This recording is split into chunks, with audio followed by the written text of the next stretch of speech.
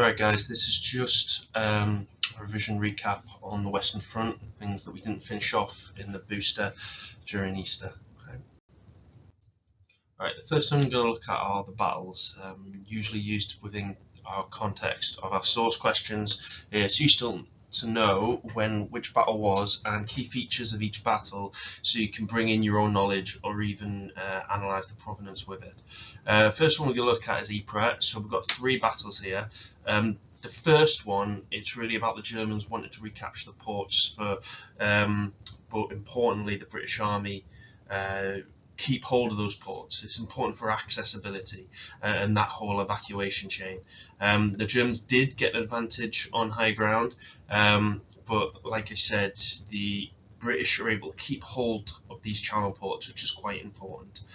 Now, the second Battle of Ypres, which is between April to May 1915, the Germans made smaller gains, but importantly here you get the first use of chlorine gas.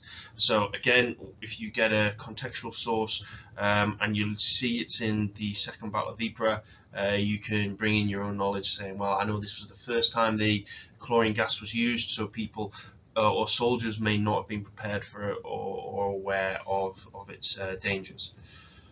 Now, our final Battle of Ypres is in November, well, between July and November 1917. We have the British using a creeping barrage, which is a slow artillery barrage before the troops march in. A big important thing to note down on the Battle of Ypres is the boggy conditions. It was terrible. You have added potential problems here: injuries and difficulties in transportation and injuries through transportation, plus the difficulties of using tanks on this battleground. Right, guys, our next key battle is the Battle of the Somme, probably the most infamous one from World War One, lasting from July to November 1916, taking place along the River Somme. Now, the significance of this battle really comes down to the number of casualties on both sides. In the first day, Great Britain suffered nearly 60,000 casualties and 20,000 dead. In total, that's 400,000 Allied casualties. Now, the way you're going to use that, if it comes up in terms of your source question, is Battle of the Somme, you know, if you've got part of the evacuation chain, that they will be overloaded with casualties. There'll be a lot of patients coming in, especially if it's linked to, let's say, the Karl-Dakin method that we're looking later on, which we know you weren't able to produce in vast amounts because of its shelf life. And at a battle like the Battle of the Somme, it'll be very difficult using that kind of method. So this is how we use it in our contextual situation. Also note the creeping barrage was used, and the first use of tanks are coming in. Again, more so for your contextual knowledge. Right, so now we have the Battle of Arras. A big thing on the Battle of Arras, whilst it does take place April 1917, it's all about the underground caverns, the network that's dug into it. Fantastic to see if you ever go up there. But the way we'll use it is we know that we have a base hospital right next to the battlefield.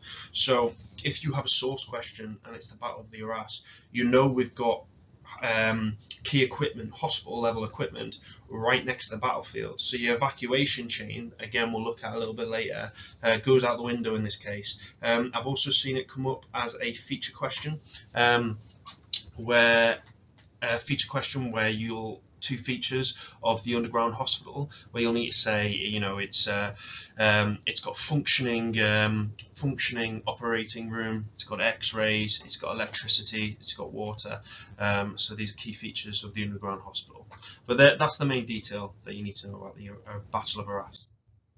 Okay, Cambrai, now taking place October 1917. Large-scale use of tanks by the Allies. So again, useful to know in terms of potential types of injuries and other problems potentially with transportation.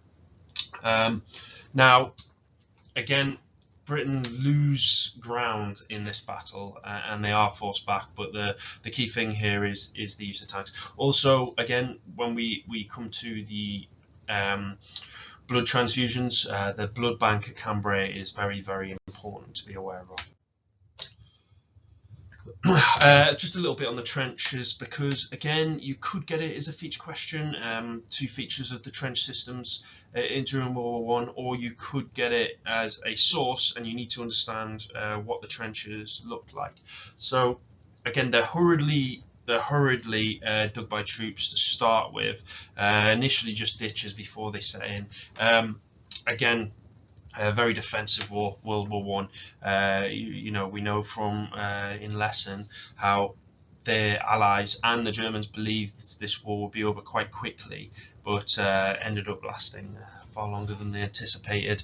And due to the length of the war, we see the development of the trench system. Again, it's important to take note just a couple of these details of how the trenches are laid out, where we've got the frontline trench, we've got the support trenches, the zigzag shape to stop that kind of potentially having one line broken and the enemy being able to shoot up and down the line of the trenches. That's why they're zigzagged.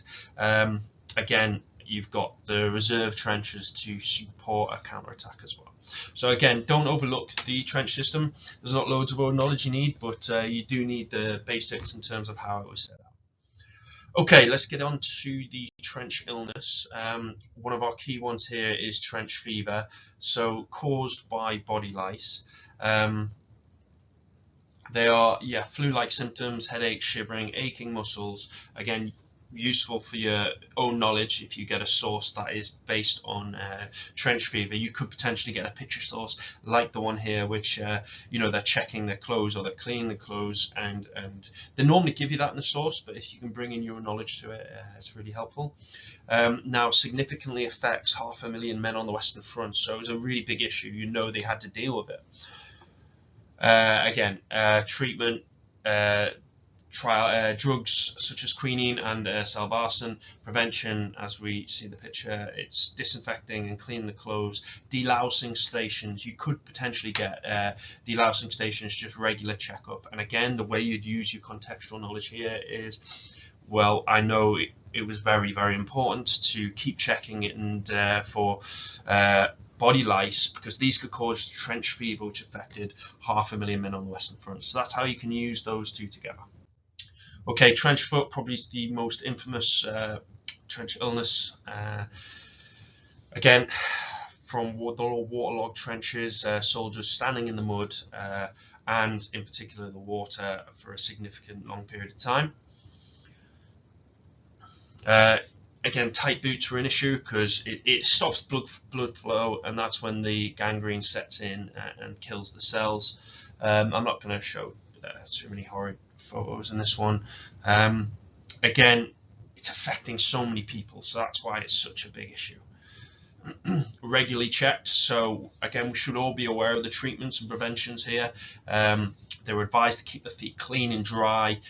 Some would have to be amputated. Constant changing of boots and socks, and significantly rubbing whale oil over their feet to protect them. Okay, shell shock, again, one of the most horrific PTSD occurrences in World War One, affected many troops because of the stressful conditions they were in. They were sleeping, living in these trenches constantly, and quite often they would just constantly be hearing the shell fire, the explosions that would be nearby. Again, treatment. So early on, unfortunately, many soldiers would be shot for cowardice, believing that this was an excuse to get out of the war. Later, they were starting to take it more seriously, allowing soldiers to go back home for specific treatment on shell shock. 8,000 British troops would suffer from it, and you know, as I said before, some would be shot for cowardice. Again, it's you get tired, nightmares, headaches, shaking, breaking down. Not great symptoms for a soldier. Okay, getting through the injuries. So we know the main types of attacks in World War One, but one new part of warfare were the gas attacks. The first one being chlorine gas, used by the Germans in 1915. It was described as, you know, suffocating on land. So this was used against the French and the Moroccans, and it was about April 1915. And it's important to note that date, that it was in April, and I'll tell you later. But it was terrifying, very psychologically affected individuals, because the first French troops that walked into this they believed it was mist, and then they started coughing and suffocating. It was horrendous. Now, mustard gas comes a couple of years later. Again, important for your context. So, you know, if you see a source and it's before 1917 and it's on gas attacks, don't start going on about mustard gas, because that'll be out of context. Again, mustard gas, odorless, worked within 12 hours, caused blistering, burns. All the gases cause temporary blindness, coughing, and burns. These are the type of injuries you'd suffer. This is significant. Only 6,000 troops died of gas attacks, and that's important knowledge to bring into any potential source question on gas attacks, because what comes out in July 1915 are the gas masks. So again, just make sure you take a note of them. April was chlorine, and then July the gas masks are brought out. So they did it very, very quickly. Initially, they would use handkerchiefs or cotton pads soaked in urine, but over time they became far more sophisticated and better adapted to resisting the effects of gas. So it was very much more psychological than it was in terms of deadliness, the gas attacks. Right, head injuries. So again, head injuries, unexpectedly common, and were mostly caused by shrapnel. So shrapnel are the little jagged bits of metal that fire out from an exploded shell or bullet or whatnot, and these things can catch you. When they catch you in the head, serious injuries there. So the main guy I want you to think about when you're looking at head injuries, and in particular brain surgery, is Harvey Cushing. So Harvey Cushing came up with this new idea of removing shrapnel fragments using magnets. They used local rather than general anesthetic to try and stop the brain swelling too much, because that would have dire consequences. So whenever you think of head injuries, in particular brain surgery, think Harvey Cushing, because if they don't give you that in the source, it's great knowledge to bring into it. Okay. And if you do get a source on Harvey Cushing, let's say it's a letter or a report or a part of his diary from Harvey Cushing, you might be frustrated because you wanted to bring that in your own knowledge, but you can use that in the provenance to say, well, I know this is expert knowledge. He would know all about this because he was the main guy for it. He was the main guy for neurosurgery. So importantly for the head injuries was the Brodie helmets. These new helmets that came in. Now, they wouldn't stop a bullet outright, of course not, but it's to deflect that shrapnel. So one of the interesting things about Brodie helmets was initially the injury rate massively went up with Brodie helmets. So the higher ups were thinking, well, how useful are these? You know, we're getting more injuries than we had before, until somebody stopped them and said, no, look, those injuries, they would be deaths without the Brodie helmets. So the death rates have gone down, but the injury rates have gone up because the Brodie helmet's deflecting a lot of the lethal shrapnel that's coming at them. So they were really effective at diverting any bits of shrapnel coming at them. Like I said, they would never stop a bullet full on, no chance, but again, it's for these bits of shrapnel. The last one, again, plastic surgery, Harold Gillies. Again, the way we can link these terms to key people, plastic surgery, Gillies. So he works in facial reconstruction, very important because of the devastating injuries to soldiers during World War I. Again, Gillies helps them out with that. It couldn't be done at France. His hospital was in Queen's Hospital in Kent. So again, useful ones to note down. Okay. My animations have not exactly gone to plan here, and nonetheless, right, types of high explosives and bullet injuries. So most deaths caused and injuries, removing limbs, causing major internal injuries, this type of effect. Gun or shrapnel wounds to the legs, you would have 20% chance of survival. bullets penetrate organs and fractured bones. Blood loss equals you'll die from shock. So that's the main threat we're facing here. Like, people underestimate the injuries to away from the internal organs, the simple infections that could occur, or the when you're being moved off a battlefield and your fractured bone is moving about, it causes serious harm. And blood loss and the lack of blood will lead basically to heart failure, and you could die from shock. So one of the big things to correct this was the Thomas splint. It keeps the leg very, very straight, and this stopped this movement of the broken bone, causing more damage, and reduced death rate from broken limbs to less than 20%. Now, we've also got the blood transfusions used from 1915. They were limited initially. You would have to have a donor who would sit next to the individual. They would develop as time went on. Remember, the first blood bank was used in Cambrai. Again, hugely important to preventing people from dying of shock, because, like I said, the doctor would get a patient, and if that patient was already going into shock or potentially dying from shock, there's not a lot they could do. This really helps save lives. X-rays as well. Again, most important thing about X-rays is it prevented invasive surgery. What I mean by that is, before X-rays, let's say you had a bullet in you, the doctor would have to kind of guess where the bullet kind of was, because of the entry wound, and then they'll have to dig around for it and pull it out. By doing that, it's called invasive surgery because of the damage you can do to the tissue in the body. Now, X-rays allow you to pinpoint and minimal kind of damage, or unneeded damage, let's say. So we have the mobile X-ray unit, which is really important in this case study. Again, for the key thing to know about the mobile X-ray units, they allow quick transportation to the front, so it's accessible. However, they would overheat and could only really be used for an hour before they would overheat. So they were used as 3 machines used in rotation. So make sure you make a note of that. Okay, wounds and infections. So a lot of this came from the soil from the Western Front, containing tetanus and gas gangrene bacteria. So, you know, you even if you've got a wound you don't think's deadly, if it's getting infected with the soil, that could turn deadly very quickly. So tetanus shots or injections, were given late 1914, but there was no real prevention for gas gangrene. So what kind of things would they do?